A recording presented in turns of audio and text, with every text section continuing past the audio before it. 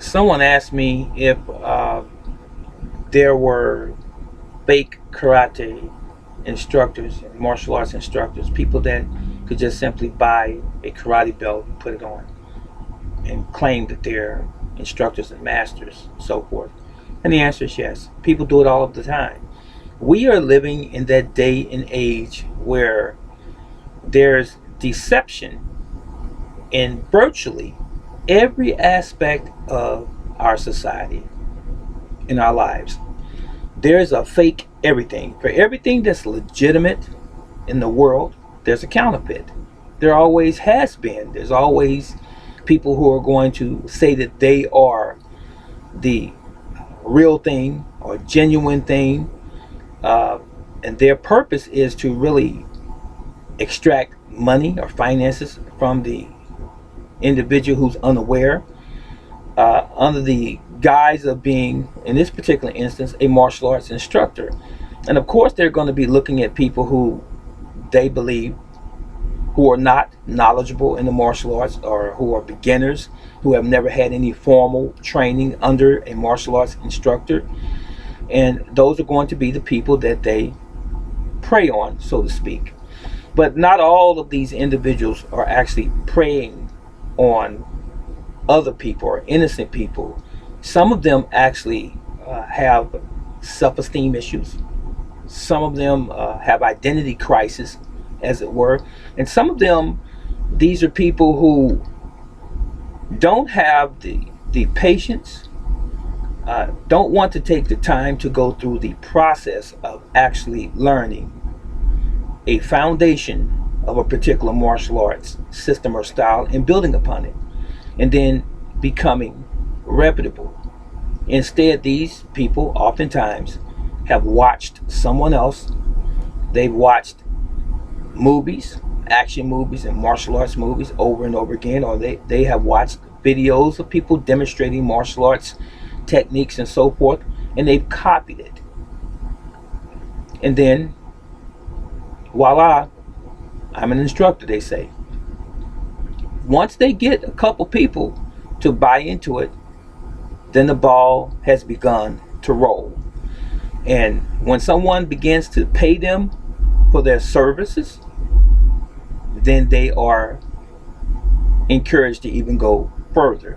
And so, from living over time, these same individuals, they begin to look and watch and observe martial arts on TV and videos and YouTube and so forth, and they begin to make an analysis, if you will, of where these other individuals are. Then they say, oh, okay, let me up my game. Where I started out being a black belt, now let's make me a third degree black belt. Okay, and then in a short period of time, through much of this observation, again, they begin to see other people that are in the martial arts or even in the sports martial arts, and they see their rank and the uniforms and the things that they're doing, and say, well, maybe I should up myself in rank again.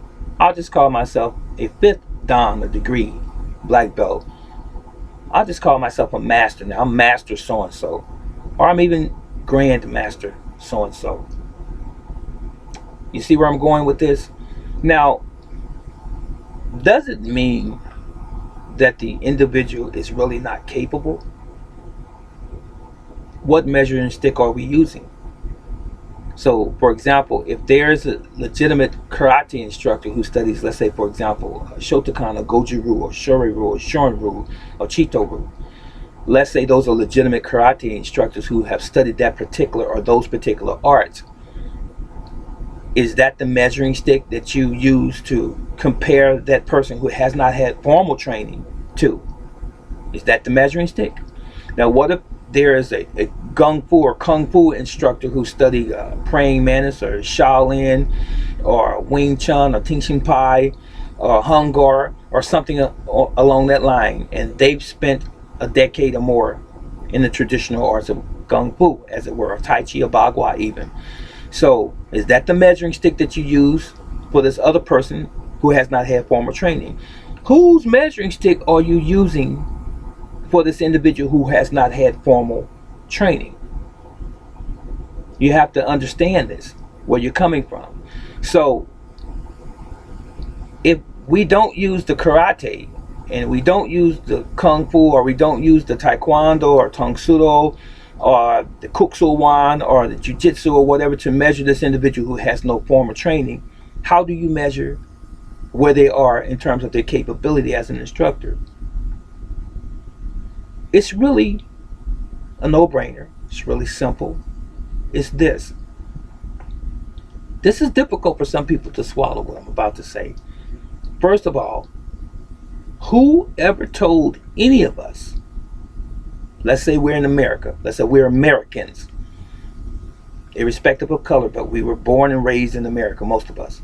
So whoever told us in America that all of the Asian arts that exist are the barometer by which we measure ourselves as a martial artist or an instructor? I mean, those arts were created by an individual who didn't have a teacher. Many of them learned in the woods. In the Chinese arts, some of them from watching insects and animals fight. That's how they came into existence.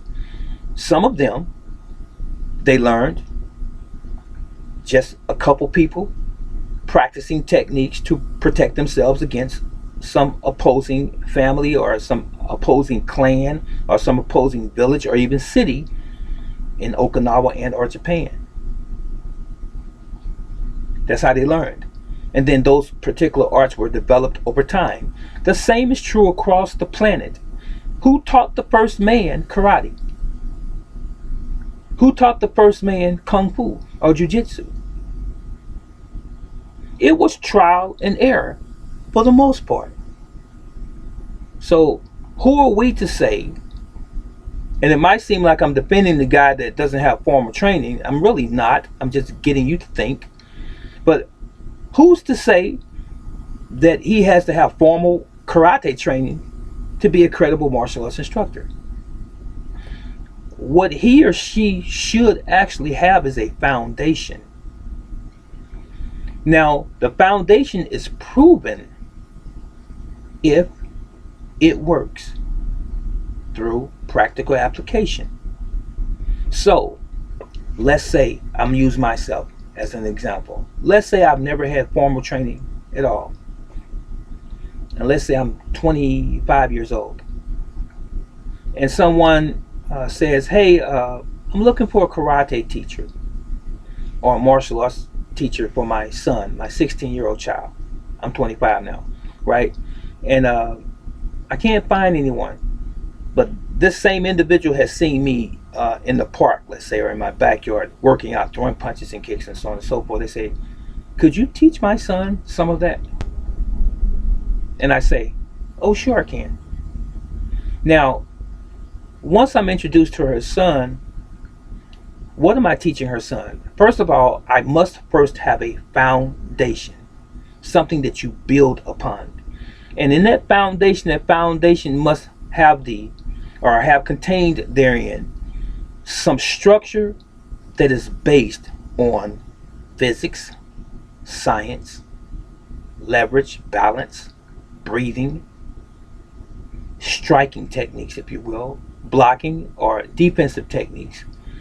And in teaching or conveying this information to this child, if it works for that child, it's viable, it's valid, it's legitimate. It doesn't have to have a specific name that some guy 100 or 1,000 years ago called it. I don't have to have the ancestors' approval to teach someone self-defense if what I'm teaching them works. This is a rough example, ladies and gentlemen. It's very rough. But I hope you get this point. So I personally would rather, me speaking, brother teacher, if I were not teaching my children and my grandchildren martial arts, which I have, I would rather have someone that has had formal training, myself personally. Because I know with the formal training, they have structure. And it's based on science, it's based on physics, and so forth. And that's just what I believe I would do. If I could not teach those people in my family, I would have someone who has formal training. But getting back to the original premise of this video, there are people out here who should have never ever put on a karate uniform or a karate belt, who purchase karate belts and uniforms online, which we can all do, and they put it on and they buy master ranks and patches and things of this sort, and they call themselves all kinds of names: grandmasters, guru, doctor, and so on and so forth of the martial arts. But only time will tell. You see, how long will that individual last in a martial arts society? How long will that individual last before, if they don't have the proper training, before they injure one of their students and they have a lawsuit? How long will that individual last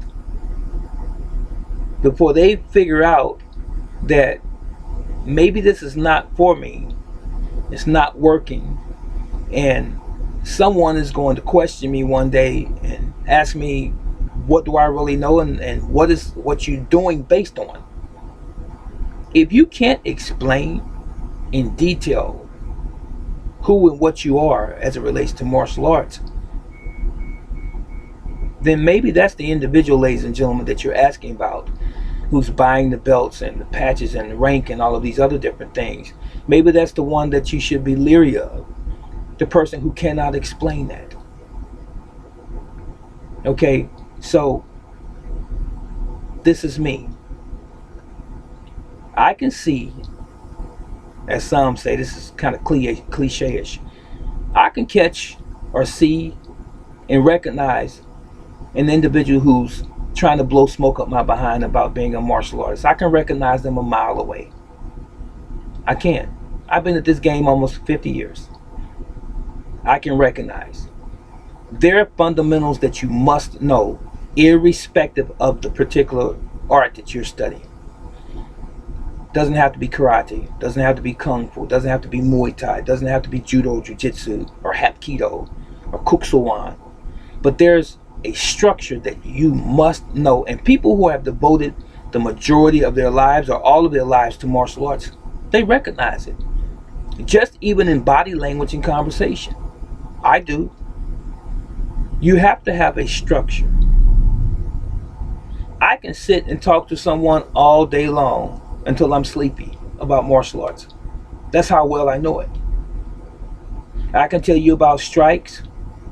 I can tell you about kicking, hand strikes, elbows, knees, throws, sweeps, chokes, strangulation holds, scarf holds, wrist locks, manipulations, four corner theories, and center line, and various aspects of the pressure point concepts.